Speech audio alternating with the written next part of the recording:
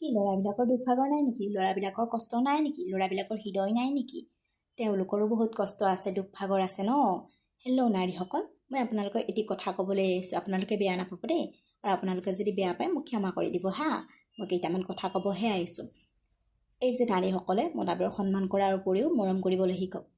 তেওঁলোকক যেতিয়া মৰম কৰিব ন, তেওঁলোকে সন্মানো পাই যাব তাতেই, মৰমতেই। বুজি পাইছে নহয়?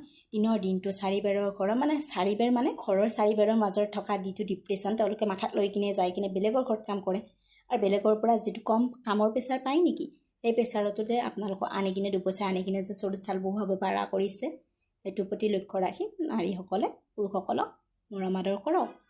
আৰু এতিয়া দেখিছোঁ মোবাইলতে ব্যস্ত হৈ থাকে সকলো ন। এতিয়া আমিও আছোঁ, আমি যদি এনেকৈ মোবাইলত ব্যস্ত হৈ থাকোঁ কেনেকৈ হ'ব কওকচোন? আপোনালোকেও নাৰী হয়, ময়ো নাৰী হয়, গতিকে মই সেইটো অৱলম্বন কৰিব লাগিব, তেতিয়াহে মোৰ হাজবেণ্ড সুখী থাকিব ন।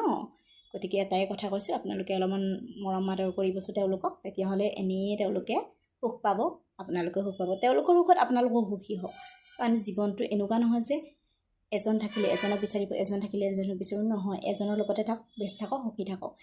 যেতিয়া সুখী থাকিব ন, আপোনালোকৰ টকা পইচা সকলো ফালৰ পৰাই আহিব। বুজি পাইছে? আৰু টকা পইচাৰ যে বিচাৰি থাকে ছোৱালীবিলাকক কৈছোঁ, কিয় টকা পইচা ইমান বিচাৰি থাকা? নিজে ইনকাম কৰি দেখা না, তাৰপিছত টকা পইচা ইমান বেলেগৰ পৰা বিচাৰি থাকিবি। নিজে একো এডাল ছিঙিব নোৱাৰে, আকৌ বেলেগৰ পৰা টকা বিচাৰি থাকে।